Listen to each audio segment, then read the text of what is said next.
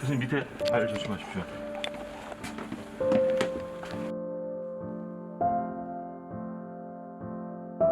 살아보니까 90까지는 늙는 게 아닙니다.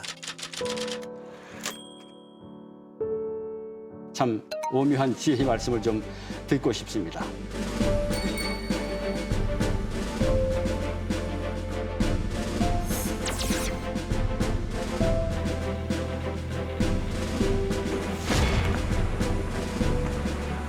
교수님 정말 반갑고 감사하고 정말 정말 영광입니다. 제자된 특권으로서 좀 더 깊이 여쭤보겠습니다. 아내와 같은 그 제2의 여성이 있었으면 좋겠다 이런 말씀을 하셨어요.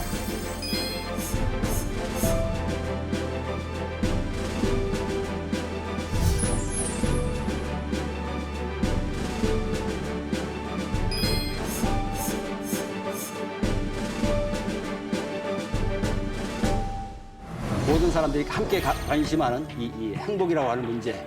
누구든지 행복하게 살 권리는 있다.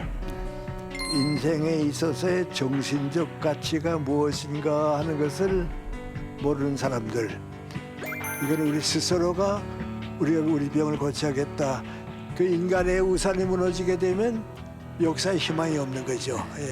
정말 소중한 지혜와 통찰이 되지 않을까 싶어요.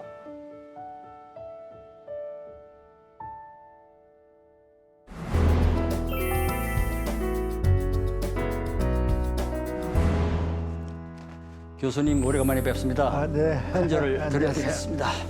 고맙습니다. 예. 건강하게 계셔서 정말 감사드립니다. 고맙습니다. 감사합니다. 예.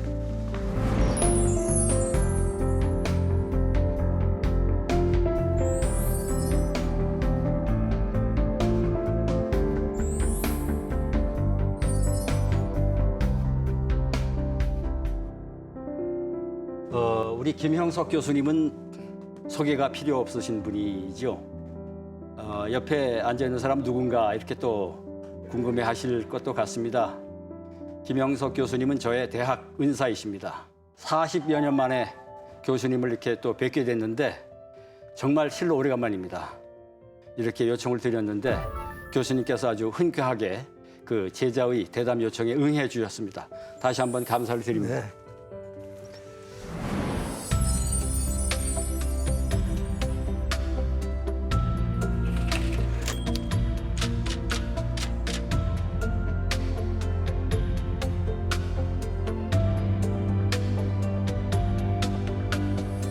모든 사람들이 함께 관심하는 이 행복이라고 하는 문제, 이것에 대해서 첫 번째 좀 질문을 좀 여쭙고 싶은데요. 자, 행복을 열심히 추구하면 오히려 불행해진다라고 말씀하셨는데, 그렇다면 어떻게 행복을 찾지 않으면서 행복할 수 있겠는지 참 오묘한 지혜의 말씀을 좀 듣고 싶습니다. 아마 정 교수가 입학하기 한 15년쯤 전인지 모르겠네요. 그때는 우리 연세대학교 규모가 작았기 때문에 네. 새해가 되게 되면 이제 교수님들이 할애라고 해서 다 모이고 했어요. 그때 이제 모든 교수님들이 서로 나누는 꽃 같은 얘기가 새해 복 많이 받으십시오. 새해 복 받으십시오. 그 인사가 이제 제일 많았죠.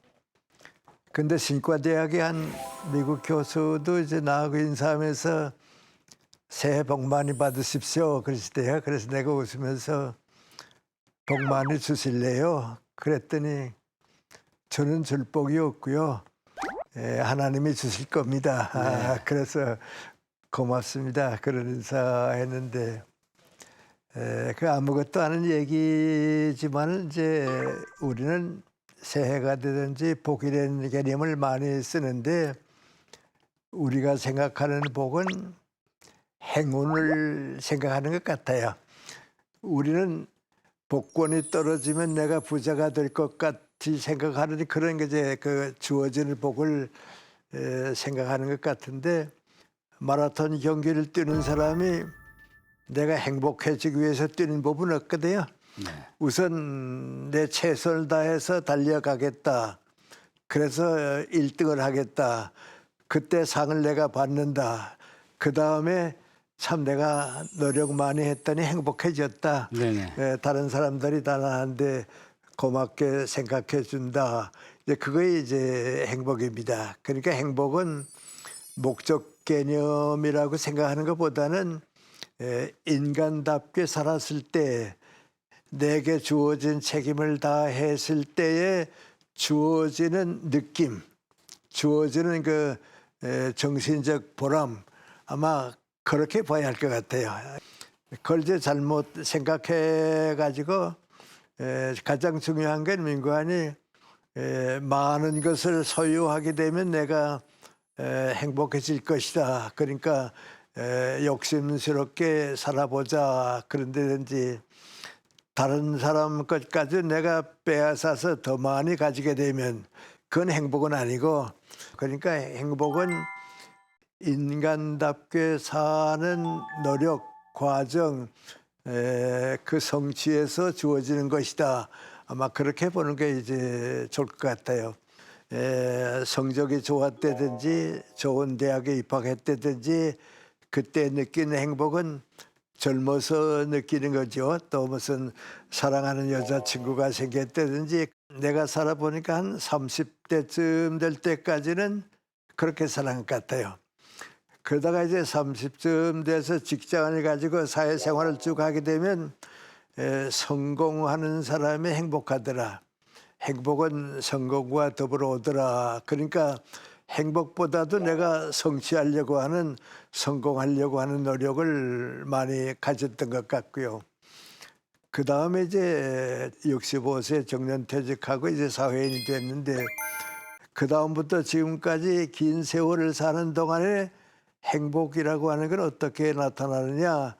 사회에 무엇을 주었는가 하는 그 보람, 내 삶의 그 의미와 가치가 우리 사회에 얼마나 주어졌는가 그 보람에서 행복을 느끼는 것 같아요. 그러니까 만약에 이제 누가 나보고 물기를 100세가 되시도록 사시는데 행복하셨습니까? 그러면 젊었을 때는 그런 데를 즐겁게 살았고 교수 생활할 때는 나름대로 성공했고 늙어서는 그래도 사회에 무엇인가 지금 조금씩 주고 있으니까 행복했습니다. 여러분도 그렇게 사시면 아마 행복할 것입니다. 그렇게 본다고 하면 행복을 목적으로 삼고 찾아가는 사람은 오히려 행복을 놓칠 수가 있고 욕심이니까요. 인간답게 나에게 주어진 책임과 사회적 책임을 다 맡아서 내 인격을 갖추게 되면 행복은 자연에 따라오니까 누구든지 행복하게 살 권리는 있다. 불행해질 사람은 없다. 그런데 그걸 행복을 욕심내기 때문에 오히려 행복을 잃어버린다. 그 이기주의자가 행복을 원하고 행복을 위해서 할 때는 행복이 없어지는 거죠.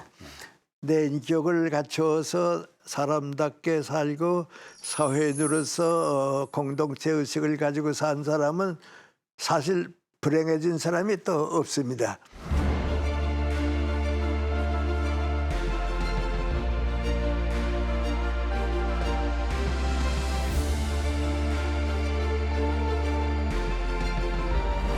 다다익선이라고 하는 것이 있지 않습니까? 더 많이 가질수록 더 좋다. 지금 교수님 말씀 따라가 보게 되면 최대를 추구하는 것이 최선의 길이 아니다라는 그런 말씀으로 좀 새겨집니다. 그렇다면 어떻게 최대를 구하지 아니하면서도 최선을 다할 수 있을지 그 말씀을 좀 지혜 말씀을 좀 여쭙고 싶습니다. 근데 지금 이렇게 살아보면 집에 노예가 됐던 것 같아요. 그래서 집값 오르기 위해서는 이사 가고 또 집값 오르기 위해서는 또 고급 아파트로 가고 그렇게 사는 사람들이 결국은 인생을 낭비하는 사람들 아닌가 그런 생각하고요. 그다음에 두 번째 이제 우리 주변에는 이거 인간을 상하 관계를 보는 사람들은 다 권력 관계거든요. 또 박정희 대통령 생각을 해보게 되면 그래도 그분 때문에 우리가 그 시대에 이제 절대 빈곤에서 벗어났기 때문에 한국 경제가 지금 세계 10대 경제국 가운데 올라갔으면 경제학자들이나 이제 그 아는 사람들이 박정희 대통령 때문에 우리가 참 경제가 이만큼 올라갔다. 그 존경심이 있을 텐데 유신헌법을 만들어 가지고 내가 끝까지 소유하겠다 할 때에 불행해졌고요.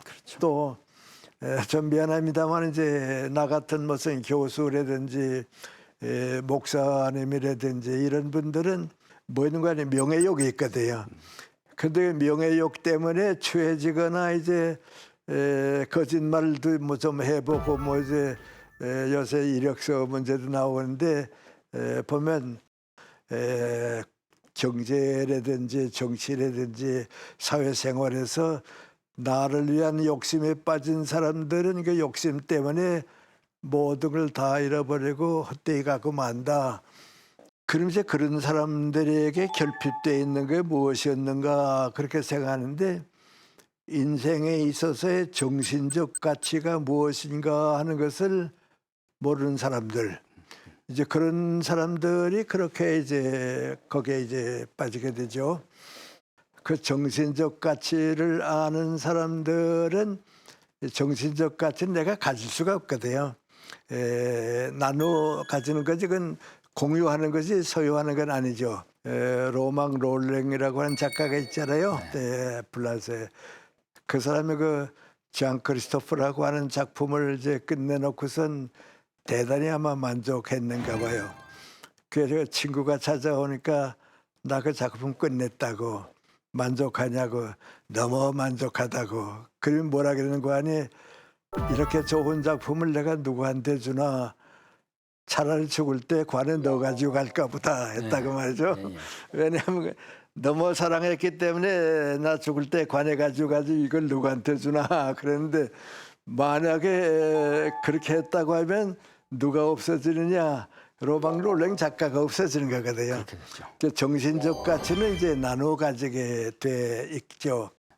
그렇게 하면 우리 삶의 가치를 높일수록 인생이 귀해지고 영광스러워진다. 그런 생각을 좀 했으면 어떨까. 네. 난 부담스럽다고 생각하지 말고요. 누구나 그런 생각을 할 수 있고 또 미안하지만 해야 하고요. 그런 데까지 이제 우리 생각을 좀 높여줬으면 좋겠다. 그 결국은 가치 세 단계 지금 말씀하셨어요. 물질적 가치, 그 위에 정신적 가치, 그리고 심지어 그 위에 또 인격적 가치 이렇게 단계를 나누어서 그 단계를 향해서 고양되고 상승되어야 하지 않겠는가 이런 이제 가르침의 말씀을 주셨습니다. 결국은 그 조금 아까 말씀하신 그 가치의 단계를 그렇게 상승시키기 위해서라도 나를 어떻게 이해할 것인가라고 하는 문제로 귀결이 되는 것 같습니다. 내가 어렸을 때 우리 집안에서 장손이거든요. 그러니까 누구든지 이제 나에 대한 얘기할 때 장손이 그랬거든요. 우리 장손이 배고프겠다 먹을 거 줘라. 그리고 우리 장손이 어디 갔다 오냐. 그리고 그러면 내가 난 줄은 모르고요. 내가 장손인 줄만 알았거든요.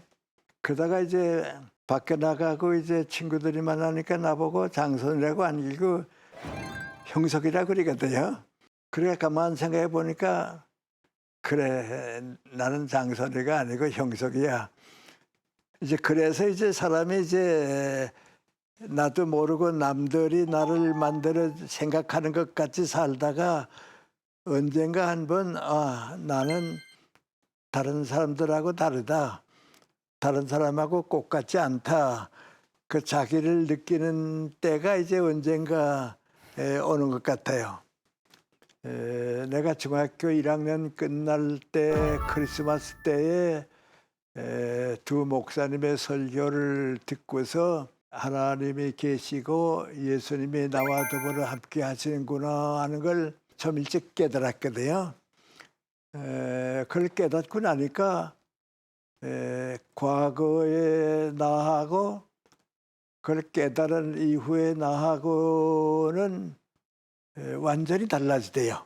그 다음에 민관이 내게는 나도 몰랐던 내 인생이 있다. 내 속에는 다른 사람과 같은 내가 아니고 내가 아니면 안 되는 내 인생이 있다. 그런 생각을 이제 가지게 되대요. 그리고 이제 2, 3학년쯤 돼서 이제 나도 모르게 그걸 이제 나를 발견하는 과정이었는데 시를 쓰는 윤동주 시인이 이제 중학교에서 같은 반에서 다녔는데 그 윤동주 시인은 가만 보니까 나는 시인으로서 출발해서 시인으로서 내 인생을 끝낸다.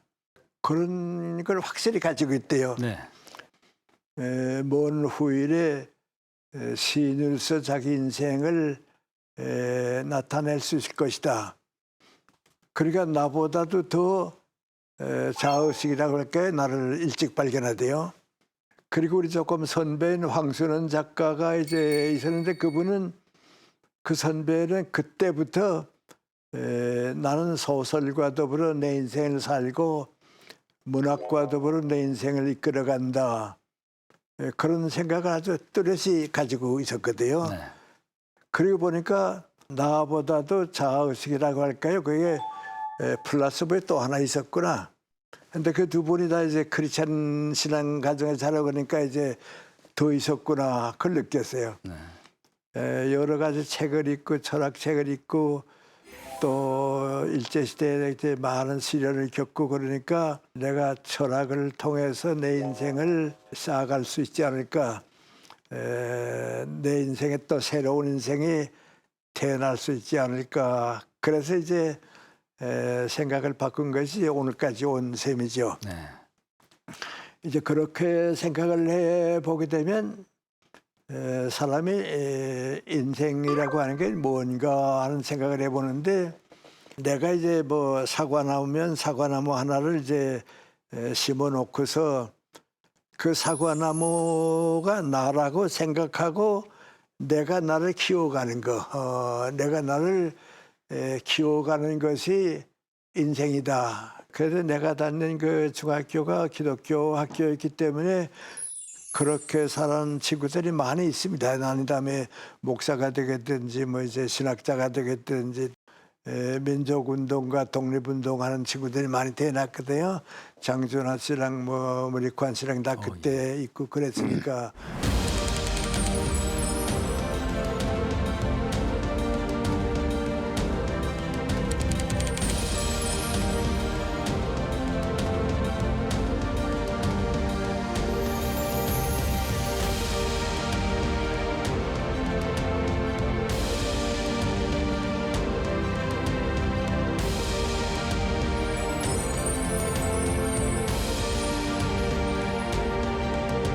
첫째는 민관이 내가 50, 60쯤 됐을 때에 어떤 인생을 살게 될까 그런 하나의 그 자화상을 그려보는 것이 아주 좀 평범하게 하는 얘기입니다. 자기 발견의 가장 큰 길이 아니었나 생각하고요. 그다음 두 번째는 우리 사회와 더불어 사회 속에 사는 내가 우리 사회를 위해서 무엇을 할 수 있을까? 무엇으로 내 인생을 살아갈 수 있을까? 사회적인 공동체 의식에서 자기를 발견하는 거. 이렇게 될 때에 이제 한 단계 높아지고요. 그런 점에서 우리가 내가 나를 키우는 것은 철드는 거고요. 내가 무슨 직업을 가지고 어떻게 살 것인가 하는 걸 느끼는 거고요.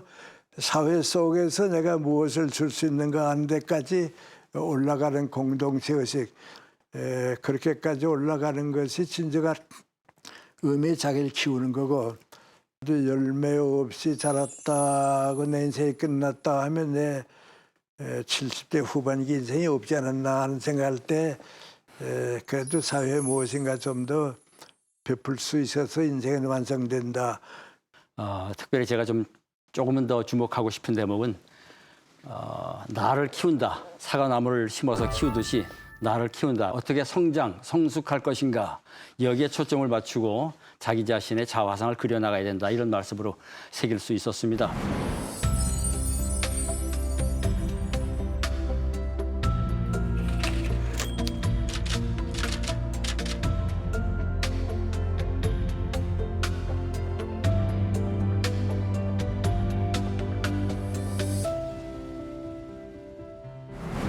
이어지는 말씀인데요. 인생이란 무엇인가 이런 질문을 던지시고는 어떻게 대답하셨냐면 나는 사랑한다. 그러므로 내가 있다. 이게 최고의 대답이다. 이렇게 말씀하셨어요.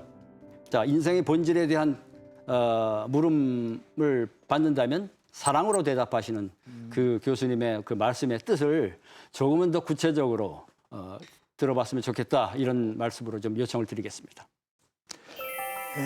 아마 기억 잘 못하셨을 거예요. 우리 최현배 교수님 있지 않았어요? 네네.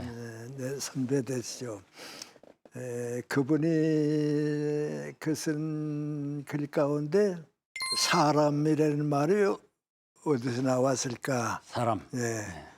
그분은 사람이라고 하는 건 삶이라고 하는 말을 나누어 놓은 거다. 네. 예. 그렇죠. 생명, 그렇죠. 삶이라고 하는 말을 나누니까 사람이 됐다. 네. 그랬어요. 네. 요새 와서 무슨 생각하는 거 아니? 사람이라고 하는 사람을 나누어 놓게 되면 삶하고 같아지지 않냐? 네. 비슷해지지 않냐 말이죠. 그래서 그렇죠. 삶과 사랑은 그 하나에서 그 나온 생각일지 모르겠다. 네. 그런데 사랑이라는 말도 그는 순수한 한국말이지 다른 데는 없거든요. 그렇죠. 예, 이제 그런 생각을 해보는데 지금까지 우린 나는 얘기가 이제 바로 이제 그런 얘기 다 포함이 됐는데 이따만큼 이제 생각을 해보면 인격을 키우고 사람답게 사는데 가장 핵심이 되는 건 성실하게 사는 거다. 성실. 예, 성실하게 사는 거다. 안병옥 씨 이제 공자를 존경하는 이유가 이제 거기 있거든요. 성실하게 사는 거다. 그 나도 한 인간이 인간답게 사는 가장 핵심은 나를 중심으로 볼 때는 성실하게 사는 거. 뭐 그 이상은 없어요. 근데 우리 이제 서양 역사를 보면 성실한 사람은 악마도 유혹하지 못하고 네. 하나님도 버리지 못한다. 네. 예, 그 내있거든요.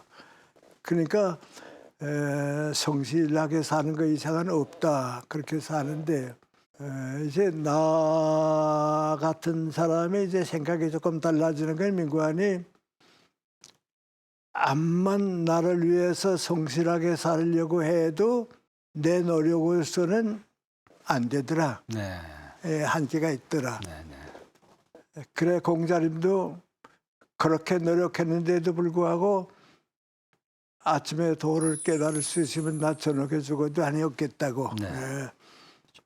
나 자신이 내 성실을 한 건 그 노력은 끝까지 노력하는데 그렇게 했다고 말이죠.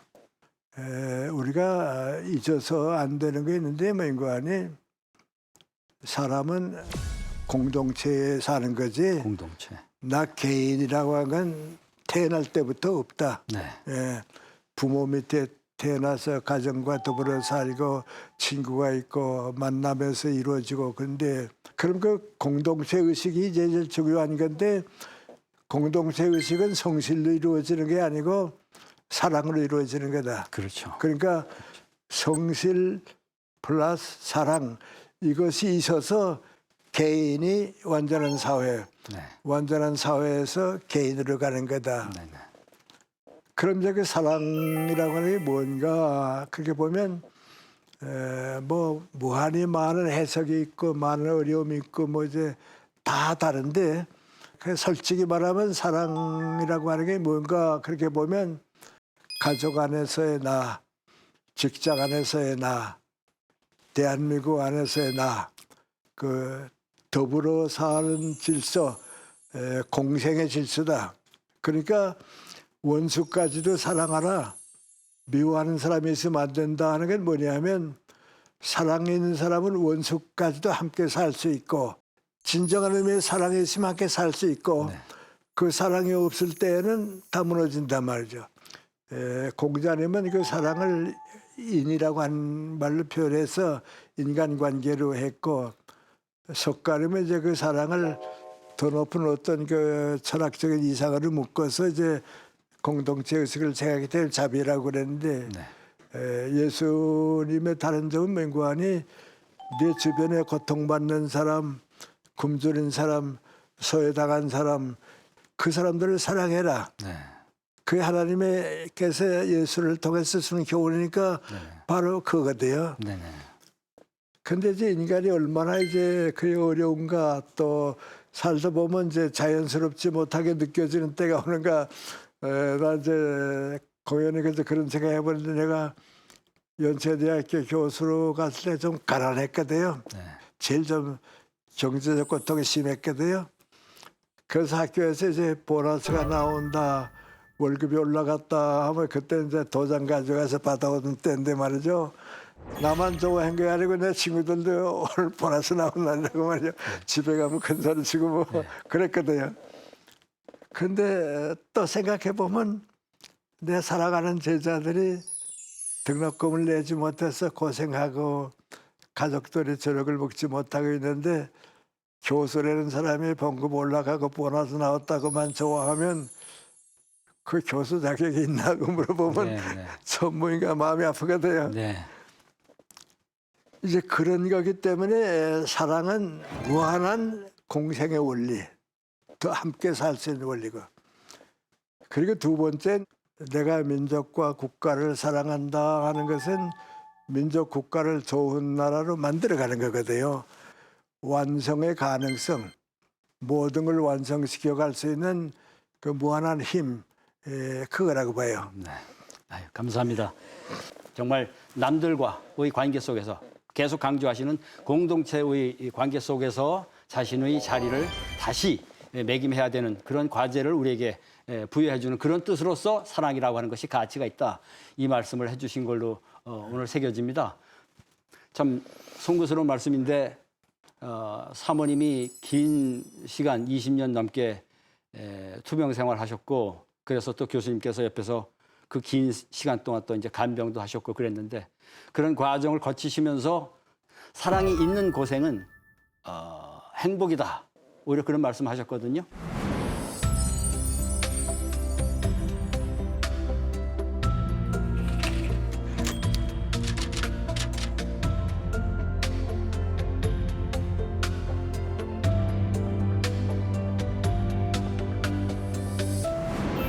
내가 90이 됐을 때 한 번 미국 갔어요. 가서 딸이 셋 사는데 애들이 2주간 동안 우리 여행 같이 하자고 그래 스케줄을 짜서 뭐 미국, 캐나다, 멕시코 여행을 좀 했거든요.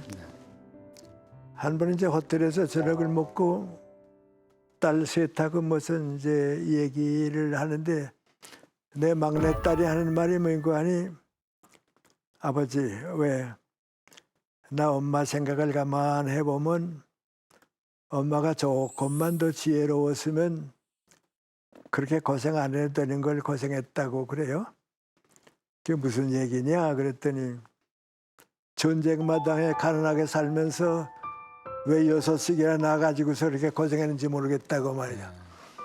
그 엄마가 얼마나 고생했다 하는 생각하니까 이제 알겠다고. 그래 가서 엄마 고생 너무 많이 해서 미안해 하고 싶대 안 계신다고. 그 내가 뭐라 그러는 거 아니? 엄마 보고서 엄마 우리 사는 동안에 언제가 제일 행복했어? 그러면 엄마가 뭐라고 그럴 것 같으냐? 그래도 너희들하고 고생할 때가 제일 행복했다. 그때 이상은 행복이 없다. 왜? 그 행복 때문에 오늘이 있으니까. 그렇다. 근데 요새 너무 그 고생을 안 하려고 그래요. 요새 뭐 출생률이 자꾸 떨어진다 뭐 이제 이런 얘기하는데 근데 내가 왜 그런 고생해 그런데 그 고생 모르는 사람은 행복을 모르죠. 그래서 불교에서 인생은 고해와 같은 인생이다 하는 건 옳아요. 옳은데 사랑이 있는 고생은 고해가 아니에요. 그거의 역사를 이끌어오고 인류 역사가 살아남는 건 그 사랑이 있는 고생 때문에 살아남거든요. 이 나이에 깨닫는 게 민구안이 사랑이 있는 고생의 행복이었다고. 내게서 그 고생 다 없이 하면 내 인생엔 없다고. 춘천에는 한림대학에서 무슨 나한테 상을 주기로 의논됐다고 받아주시면 좋겠다고. 그래서 내가 뭐 특별한 뭐 직책을 맡은 일도 없고 또 사회적 업적도 없고 왜 나한테 상을 주나 내가 받을 자격이 있나 하고 생각해 보니까 하나가 있다고. 그건 오래 사시느라고 고생 많이 하셨습니다.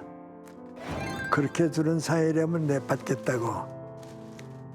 왜냐하면 아마 나만큼 어려운 역사를 산 사람이 적거든요. 또 미안하지만 나만큼 이렇게 가난하게 산 사람도 별로 보지 못했고 나 도무지 재간이 없는 사람이거든요. 근데 지금 와서 가만 생각해 보니까 그 고생이 없었으면 내 인생이 없었을 거고 그 고생이 없었으면 내가 수고하실 때든지 감사합니다 하는 인사를 받아보지 못했을 거라고.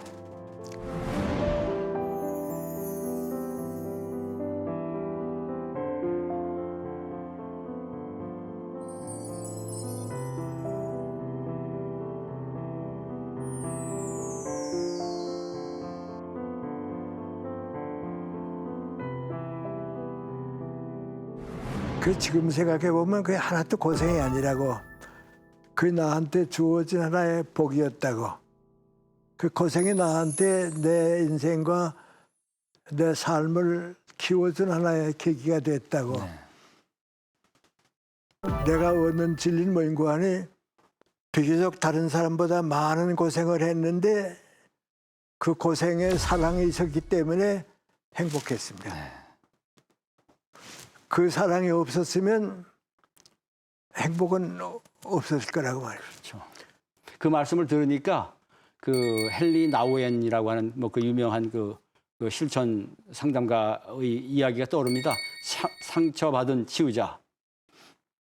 저 상처를 받아야만 상처받은 사람들이 결국은 또 상처받은 사람들을 치유할 수 있다. 그런 그 표현이 떠오릅니다. 더불어 사는 그 삶의 모습으로서 사랑이 있는 고생이라고 할 것 같으면 얼마든지 견디고 거쳐가면서 오히려 행복에게까지 이룰 수 있는 그런 길이 된다.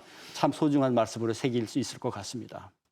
내 친구 가운데 그 친구가 우리 정부에서 뭐 차관까지 지나가니까 아는 사람은 다 아는 친구인데요.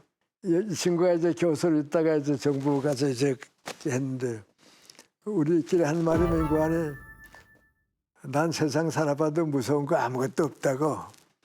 근데 우리 어머니 말은 무섭다고 그래요.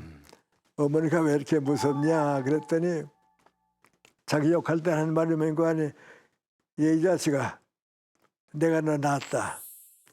오늘까지 키워줬다. 할 말이 뭐냐? 그런다고.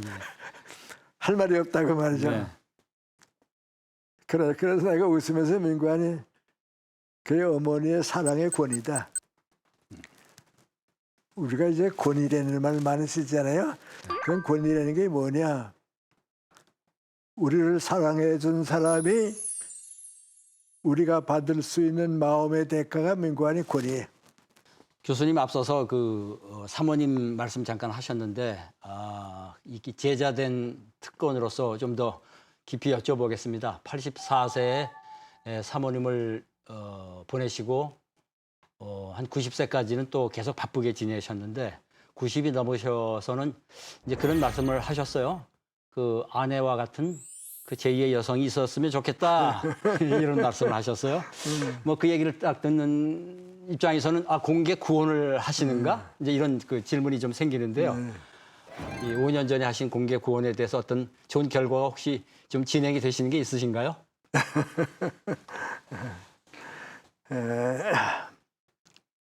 내 아내가 한 23년 동안 병중에 있었거든요. 네. 내가 부담되고 고생한 셈이죠. 근데 우리 어머님이 또 100살까지 사셨거든요. 그러니까 이제 지금 사는 집에 이쪽 방에 내 아내가 병중에 있고 여기 이제 우리 어머님이 계시고 나는 2층에 있고 이제 그랬어요. 근데 우리 어머님이 옛날 분이시지만 대단히 지혜로우신 분이 돼서 아들은 나한테도 이렇게 이따만큼 생각해야 할 만한 말씀도 하시고 그러거든요. 예. 한 번 나보고 너하고 좀 할 얘기 나눠보자. 근데 내 느낌이 당신 생각에 이제 뚜렷하고 올바를 때에 이혼하시고 싶은 거 있어서 이제 그러시는구나. 그래서 뭐 얘기 들었는데 여러 가지 쭉 다 얘기를 다 하시더니 이제 내가 먼저 가고 내 척까지 이제 가게 되면 혼자 남을 텐데 그때 집이 빌 텐데 집이 비면 어떡하지? 그 이제 이혼이세요. 근데 그때 내가 그걸 깨닫지를 못했는데 이제 우리 어머님은 이제 어머님의 생각이 있으니까 너 20년 동안 23년 동안 이제 내 철 위해서 고생하고 많이 그랬는데 나는 내 척까지 보내고 너 혼자 빈집에 남는 것이 마음 아프고 좋아 보이질 않는다. 네. 그 뜻이거든요. 네네. 그래서 내가 제가 알아서 할게요. 그랬더니 물론 내가 알아서 할 건데 그때 너 혼자 두고 가는 것 같아서 마음이 좀 무겁다. 그랬어요. 근데 그때 나는 오래 살아야 뭐 90까지 살 텐데 또 뭐 여자친구가 생기고 결혼하고 그럴 수도 없고 그랬거든요. 네. 그 우리 어머님이 큰아들을 키워서 그저 마음이 아쉬웠던 것 같아요. 네. 근데 뭐 90인생인데 이래야지. 90을 넘기고 97세쯤 되니까 일을 많이 하니까 이제 사회적으로도 뭐 알려지고 뭐 그래서 이제 사람들 이제 방송국 같은 데 가면 농하느라고 왜 혼자 계시냐고 여자친구도 있으면 좋고 그래서 한 번 어느 방송에서 농담 삼아서 바빠서 이내는 내가 열심히 일하고 99세 되면 신문에 광고를 내겠다고 네. 99세 노신사가 여자친구 기다리고 있는데 뜻이 있는 사람은 응모해라 하고 광고 낼 테니까 그때까지 참아달라고 그랬거든. 예, 예. 그래서 100살이 이제 넘겼는데 나는 내 제자나 내 다른 사람들이 나와 같은 위치에 됐다고 생각할 때는 저는 평균 수명도 다 길어지고 그랬으니까 될 수 있으면 서로 위로하고 도움을 줄 수 있는 여자친구가 있도록 하는 거 그걸 나는 권해요. 네. 근데 그래서 나는 그렇게 뭐 괜찮고요.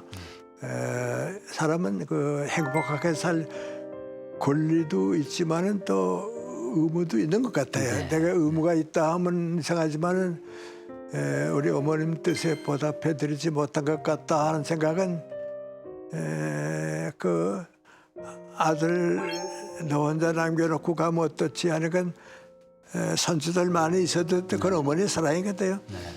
그리고 나는 이건 딴 얘기인데 요새 지금 우리나라의 저출산 애들 안 낳는 거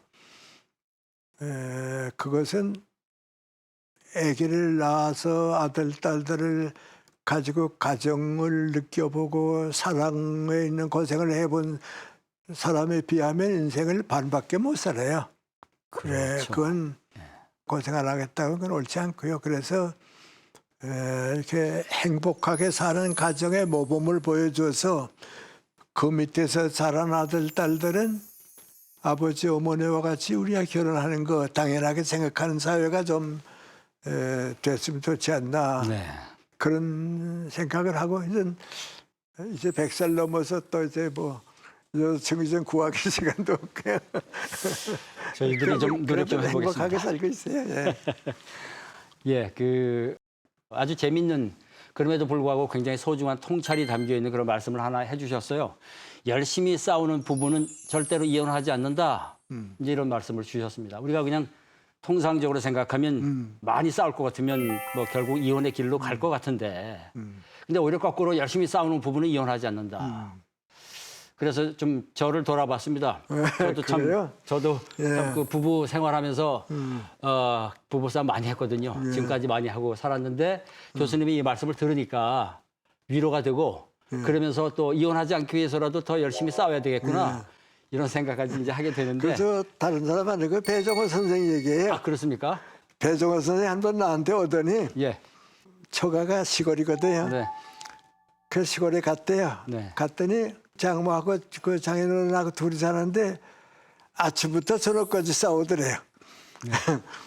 예를 들어 말하면 이제 장인이 밖에 나가면서 나가 그러면 이렇게 사모님이 뒤에 있다가는 우산 가지고 나가세요. 비 온다고 그랬으니까 비 안 와. 아, 비 온다고 일기예보 나오는데도 안 와요. 그러면 일기예보가 맞나? 내 말이 맞지. 그래서 사사건건이 싸우더라는 거예요. 그래서 답답해서 두 분 가운데 한 분은 서울 우리 집으로 가십시다. 그랬대요. 그랬더니 그 장인이 자네가 뭐 철학 교수야? 길더래요. 왜요?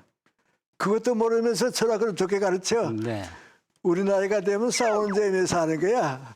그거 없으면 살 재미가 아무것도 없어. 그랬다고 말이죠. 그러면서 얘기하면 배 선생 나보고 얘기하면 하니 늙어서도 싸우는 재미가 괜찮은가 봐. 그래요. 재미. 그래서 하는 얘기예요. 그래서 늙으면 사랑 예, 표현 그렇게 방법이죠. 살아서 사랑을 표시하는 네, 거죠. 예.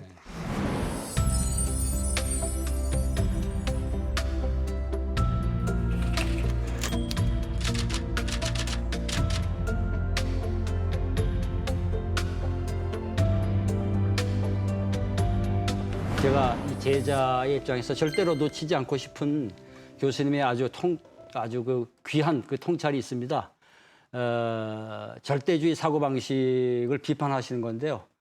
우리 사회가 이 흑백으로 너무 이제 갈라져 있다는 것이죠. 흑백 논리가 너무 이제 강하게 지배해서 한쪽을 택해라. 그러다 보니까 어느 쪽에 서야 될 것 같고, 그러지 않으면 뭔가 이상하고, 그런 경우를 우리가 또 회색분자라고도 부르고, 교수님께서는 오히려 우리 삶의 현실은 흑과 백 사이에 아주 넓게 펼쳐진 그런 회색. 네. 그래서 사실은 삶의 현실은 흑이나 백이 아니라 좀 밝은 회색 또는 조금 어두운 회색. 실제로는 사실 회색이다. 회색의 그냥 밝기 정도가 좀 다를 뿐이지 흑백으로 가를 수가 없지 않느냐. 아주 굉장히 그 귀한 역설적인 통찰의 말씀을 해주셨어요. 사실 물리학적으로 보든지 사회 판단을 보든지 완전한 백과 흑은 없거든요. 네. 그 가운데 중간만이 있거든요. 그런데 완전히 한국하고 다른 위치에서 흑백 논리 가진 게 공산주의거든요. 그렇죠. 거기서 흑백밖에 없거든요. 이제 그 영향이 지금 우리에게 오고 있는데 그 흑백 논리를 극복하지 못하게 되면 대화가 없고 투쟁을 하게 돼요. 대화가 없고 투쟁을 하게 되면 편가르기를 하게 돼요. 편가르기를 하고 나게 되면 지도자 밑에 사는 사람들이나 지도자들이 뭔가하니 관권에 매달리고 이권에 매달려서 이해관계로 나눠지게 되거든요. 그러면 원수는 갚아야 한다 해서 한쪽 없이 해버리고 은혜는 갚아야 한다 해서 끼리끼리 살고 한 4, 5년 전부터 우리 사회가 지금 그걸 밟아가고 있지 않는가. 네. 이렇게 편가르기가 심한 때가 없었거든요. 내가 한 건 옳고 내가 한 건 틀렸다고 하는 흑백 논리가 없었거든요. 그리고 투쟁만 할 줄 알지 대화하고 협력하는 걸 잃어버렸거든요.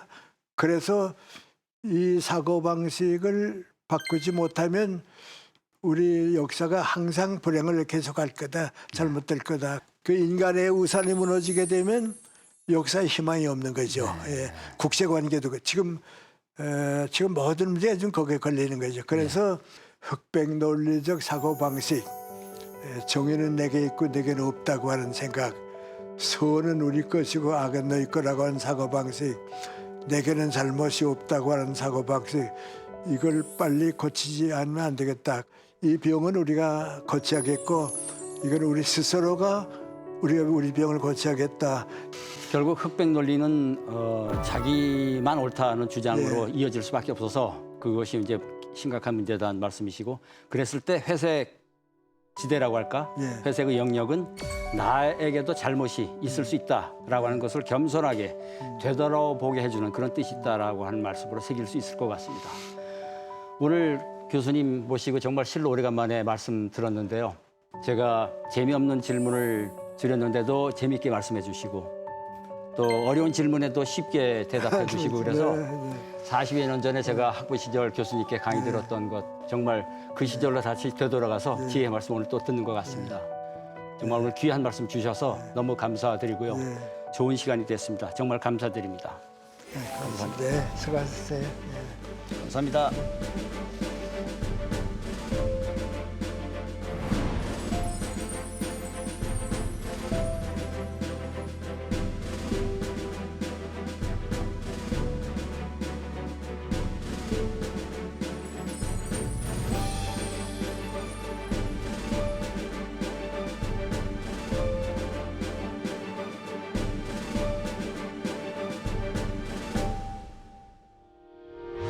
의견 있는 경제 채널 SBS 비즈